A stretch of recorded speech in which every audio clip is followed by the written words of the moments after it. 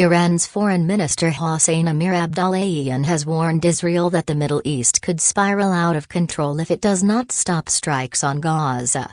He said the U.S. was also to blame for providing military support to Israel. Hours later, Israeli PM Benjamin Netanyahu warned troops his people were in a battle for their lives and said the war against Hamas was do or die.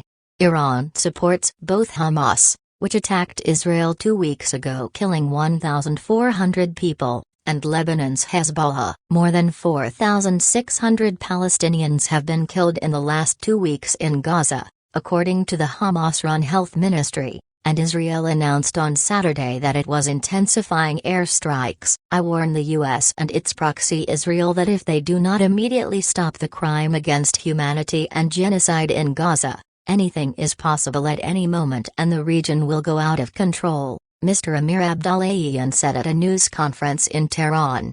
He said that the results could be severe, bitter and have far-reaching repercussions, both regionally and for those advocating for war. The foreign minister added that U.S. military support for Israel was evidence that the ongoing conflict in Gaza was a proxy war carried out by Israel on behalf of the United States. Top U.S. officials are also warning the conflict could spread. U.S. Defense Secretary Lloyd Austin warned of the prospect of significant escalation of attacks on U.S. troops or citizens. If any group or any country is looking to widen this conflict and take advantage of this very unfortunate situation, our advice is, don't, he said on the ABC Network's This Week program. U.S. Secretary of State Antony Blinken also mentioned a likelihood of escalation from Iranian proxies, such as Hezbollah or Hamas, and said the U.S. was taking every measure to make sure we can defend Israelis and U.S. citizens.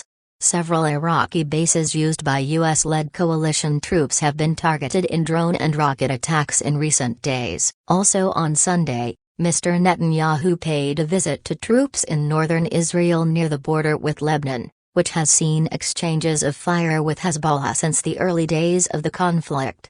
We're in a battle for our lives, a battle for our home. This is not an exaggeration, this is the war. It's do or die, they need to die, he said. He warned Hezbollah not to enter the war. Hezbollah will be making the biggest mistake of their lives, and we will hit them with an unimaginable force. It will mean devastation for them and the state of Lebanon, he said. For its part, Hezbollah has declared that it is fully ready to fight against Israel. At least 27 people have been reported killed in southern Lebanon during exchanges of fire between Israel and Hamas. At least 5 Israeli soldiers and 1 civilian have been killed in Israel, according to Israeli military reports. Israel has ordered dozens of northern communities to evacuate, adding 14 more on Sunday. And in neighboring Syria, where Iran has a military presence, Israeli missiles hit Damascus and Aleppo international airports early on Sunday, killing at least 2 workers,